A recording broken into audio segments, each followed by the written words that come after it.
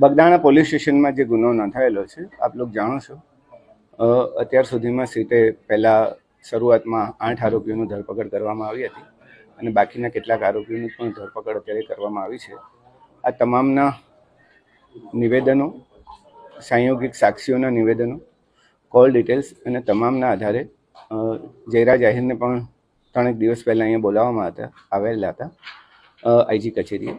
એમની પૂછપરછ ચાલેલી હતી અને ત્યારબાદ પણ બીજા 2 આરોપીઓની ધરપકડ સીટે કરેલી હતી અને તમામ પુરાવાઓને અત્યારે ધ્યાને લેવામાં આવે અને આજે સવારથી જ એસઆઈટીએ સાથે તમામ પુરાવાઓની ચકાસણી કરી હતી અને ચકાસણીના અંતે કેટલીક બાબતો સ્પષ્ટ કરવા માટે જયરાજ આહિરને ફરીથી અત્યારે સમન્સ પાઠવવામાં આવ્યું છે અને સમન્સના આધારે તેમની પૂછપરછ બાદ તમામ એસઆઈટીની ટીમને ચોક્કસપણે લાગ્યું છે કે આમાં પ્રાથમિક પુરાવા પૂરતા છે કે જેમાંથી જયરાજ આહિરની અમે ધરપકડ કરી શકીએ, એટલે આજરોજ એમની ધરપકડ કરવામાં આવી છે. કેવા પ્રકારના પુરાવા જયરાજ આહિર વિરુદ્ધ મળ્યા છે જેને લઈને ધરપકડ કરાઈ છે? શરૂઆતના તબક્કામાં જ્યારે એસઆઈટીએ આ તપાસ કરી હતી ત્યારે પણ કેટલાક પુરાવાઓ જે હતા જેની મૂલવણી અમે કરવામાં આવી હતી અને ત્યારબાદ જે 8 આરોપીઓની ફર્ધર પૂછપરછ કરવામાં આવી એમાં પણ કેટલીક સંડોવણીઓ જણાવી હતી અને ત્યારબાદ બીજા 2 આરોપીઓની ધરપકડ કરવામાં આવી. એના પછી પણ 2 મહત્વના સાક્ષીઓના નિવેદનો પણ લેવામાં આવ્યા અને અન્ય ટેકનિકલ પુરાવો પણ પ્રાપ્ત થયો છે કે જે એફએસએલની વેરિફિકેશન માટે જરૂરી છે, પણ એ પુરાવો પણ અમે ધ્યાને લીધો છે.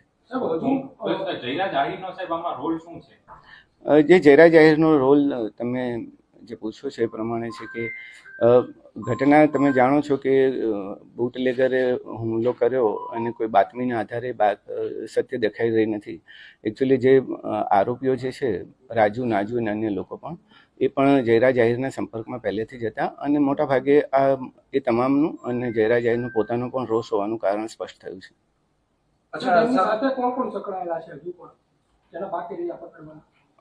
અત્યાર સુધીમાં મોટાભાગના આરોપીઓની ધરપકડ કરી લીધી છે. ટેકનિકલ ડિટેલ્સના આધારે પણ શક્ય છે કે કેટલાક આરોપીઓ હજુ મળી શકે અથવા તો એમના પુરાવા અમારે વેરીફાઈ કરવા પડશે. સર, તત્કાલીન પીઆઈ ડીવી ડાંગરનો શું આમાં બેદરકારીભર્યો રોલ છે? એ હજી અંતરંગ વિષય છે, આંતરિક વિષય છે. અમે તપાસ કરી રહ્યા છીએ કે ખરેખર શું થયું હતું એ વખતે. હાલ પૂરતું અમારું ફોકસ ઇન્વેસ્ટિગેશન પર હતું. ઓલરેડી જે આપણે કલમો દાખલ કરી છે 120B પણ દાખલ કરી છે, 307 પણ જૂની કલમો જે દાખલ કરી છે આપણે એ મુજબનો ગુનો દાખલ કરવામાં આવ્યો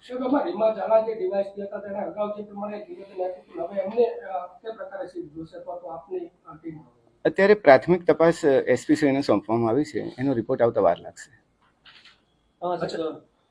જયરાજ આહિરે જ હુમલો કરાવેલો છે કે બીજી કોઈ ટેકનિકલના આધારે એની ધરપકડ કરી છે, એના આધારે કરી છે? પ્રાથમિક માહિતીઓ, નિવેદનો, કોલ ડિટેલ્સ, એકબીજાના લોકેશન્સ, એકબીજાના સંપર્કોને આધારે તમામ લોકો હુમલામાં સંડોવણી ધરાવે છે. અચ્છા સાહેબ, આરોપીઓ છે તે માર મારતી વખતે વિડીયો કોલ કર્યો હતો. કોને વિડીયો કોલમાં બતાવી રહ્યા હતા? વિડીયો કોલની તથ્યો તપાસવા માટે અમારે આઈપીડીઆર મંગાવવું પડે અને આઈપીડીઆર અમે માંગ્યા છે, આવતા વાર લાગશે, ત્યાર પછી સ્પષ્ટ થશે. અચ્છા સર, એવી પણ માહિતી છે જે દિવસે રિકન્સ્ટ્રક્શન કરવામાં આવ્યું હતું ત્યારે 2 શખ્સો છે તે થેલો ભરીને પૈસા લાવ્યા હતા અને મોબાઈલ લાવ્યા હતા. પોલીસ એવું કહી રહી હતી કે અમે જ બોલાવ્યા છે સાહેબ. તો આ મોબાઈલ શું બદલાવી નાખ્યા છે? કેટલીક વાતો જે આવી હતી અમે વેરિફિકેશન કર્યું હતું અને તમામના સાચા મોબાઈલ અમે રિકવર કરી લીધા છે. અચ્છા સાહેબ, જયરાજ આહિરનો સાચો મોબાઈલ છે તે મહુવાના કોઈ વ્યક્તિ પાસેથી મળ્યો છે?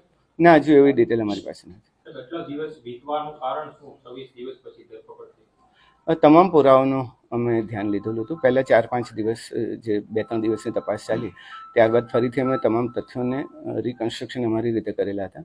તમામ નિવેદનો પણ ફરીથી કરવામાં આવ્યા હતા અને થોડું ઇન્વેસ્ટિગેશનમાં એવો પણ ટાઈમ નથી લાગ્યો જેવું તમે કહો છો. અચ્છા સર, એવી પણ વાત છે કે આમાં જે 8 આરોપી છે તે પૈકીના 6 આરોપી છે તે બોગસ આવી ગયા છે. તેમાં કેટલી સત્યતા? એ હજી સુધી તપાસના તથ્યો અમે ચકાસી રહ્યા છીએ, એવું હજી સુધી નીકળ્યું નથી. સાહેબ, પ્રાથમિક તપાસમાં એવું લાગી રહ્યું છે